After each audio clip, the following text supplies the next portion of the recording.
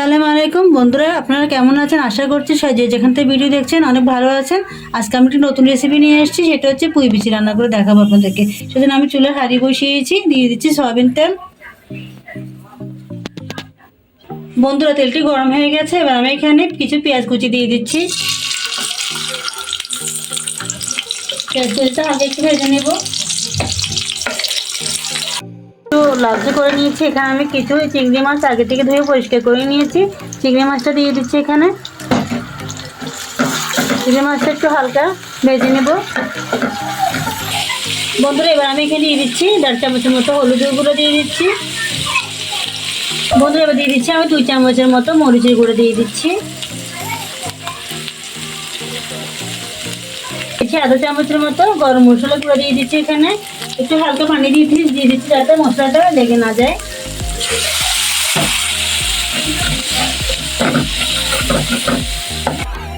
বন্ধুরা, এবার দিয়ে দিচ্ছি আমি স্বাদ মতো লবণ। এবার দিয়ে দিচ্ছি আমি 1 চামচের মতো রসুন বাটা আর আদা বাটা দিয়ে দিচ্ছি 1 চামচের মতো। দিয়ে মশলাটি কষিয়ে নিচ্ছি। আমি কিছু তেজপাতা কুচি দিয়ে দিচ্ছি এখানে সামান্য পরিমাণে। দিয়ে দিচ্ছি কিছু 2-3 টুকরোর মতো টমেটো দিয়ে দিচ্ছি। এই পুঁই শাকের চেয়ে পুঁই দানার মধ্যে অনেক পুষ্টিগুণ ভরা, আর পাকস্থলীর ক্যান্সার কোলন থেকে বিরত রাখবে এবং আয়রন ক্যালসিয়ামের ঘাটতি পূর্ণ করবে। এই পুঁই বিচিটি চুলের জন্য অত্যন্ত কার্যকরী, আমাদের ত্বকের জন্য অনেক কার্যকরী। প্রতি সপ্তাহে যদি আপনারা এই পুঁই বিচিটি খান, বিভিন্ন রোগ প্রতিরোধ ক্ষমতা শরীরে বেড়ে যাবে। আমি এখানে 2টি আলু কুচি করে নিয়েছি বন্ধুরা, পরিষ্কার করে নিয়েছি। আলুগুলো দিয়ে দিচ্ছি এখানে। দিয়ে একটু আলুটা কষিয়ে নিব।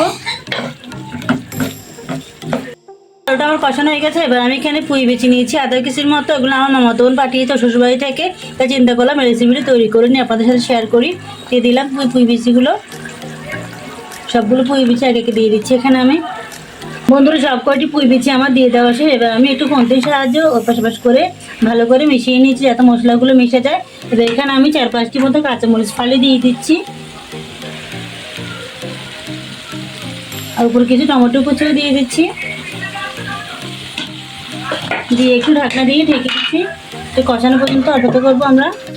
তো পুঁই বিচিটি কষানো হয়ে গেছে। এবার আমি একটু নেড়ে চেড়ে দিব।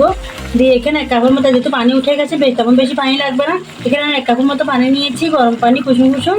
পানিটা অ্যাড করে দিচ্ছি এখানে।